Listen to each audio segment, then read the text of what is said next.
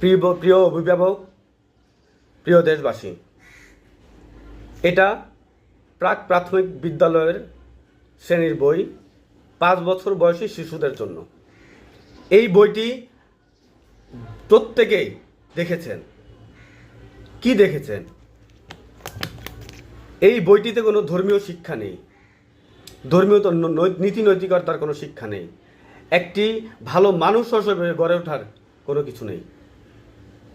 এই বইটি বাংলাদেশে 1 লক্ষেরও বেশি অবৈধভাবে কিন্ডার গার্ডেন আছে, 80,000-এর মতো মাদ্রাসা আছে, 500 থেকে 600-এর মধ্যে ইংলিশ মিডিয়াম স্কুল আছে। তাহলে এইসব শিক্ষা প্রতিষ্ঠানগুলোতে এই বইয়ের পাশাপাশি আরও 8-10টি বই তাদেরকে দেওয়া হয়। যেই প্রতিষ্ঠানের সাথে তাদের চুক্তি হয়, শুধু ওই প্রতিষ্ঠানের বই দেওয়া হয়। আরও খাতা, স্কুল ভর্তি ফি, টিউশন ফি, ড্রেস, আরও আনুষঙ্গিক অনেক টাকা তাদের থেকে নেওয়া হয়। কিন্তু স্কুলগুলোতে শিক্ষা কি দিচ্ছে? আমাদের এই কোমলমতি শিশুদের কি শিক্ষা দেওয়া হচ্ছে? তারা কি তাদের শিশুকালটাই, তাদের শিক্ষার যে শুরু, সেই সময়টাতেই তাদেরকে নষ্ট করে ফেলা হচ্ছে। তাদের ব্যাগের ওজন হয় 5 কেজি। তাদের বইয়ের চেয়েও তাদের ভয়ের ওজন বেশি থাকে। তারা স্কুলে যেতে চায় না, তারা পড়তে চায় না, কারণ লেখাপড়াতে কোনো আনন্দ নেই, কোনো শিক্ষা নেই। তাদেরকে শুধুমাত্র ক্লাসে গিয়ে হোমওয়ার্ক, এই সমস্ত বিষয় তার মনকে ভেঙে দেওয়া হচ্ছে, তাদেরকে সাহস দেওয়া হচ্ছে না, তাদেরকে পড়ালেখা নিয়ে তারা ভয়ে ভীতি থাকে।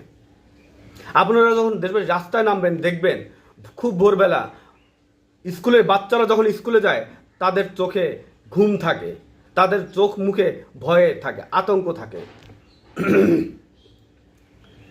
আমাদের ভবিষ্যৎ প্রজন্মের, আমাদের শিশুদের, আমাদের বাচ্চাদের ভবিষ্যৎ অন্ধকার করে দিচ্ছে তারা।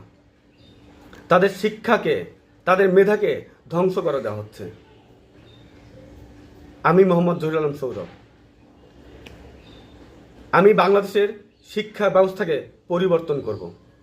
আমি বাংলাদেশের সকল বৈষম্য দূর করে বাংলাদেশের সকল বাচ্চাদেরকে প্রাথমিক বিদ্যালয় থেকে, সরকারি প্রতিষ্ঠান থেকে শিক্ষা ব্যবস্থা নিশ্চিত করব।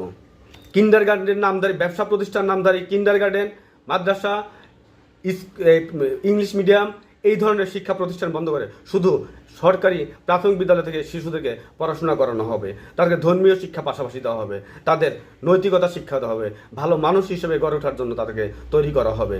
মানুষের প্রতি ভালোবাসা থাকবে, দেশের প্রতি ভালো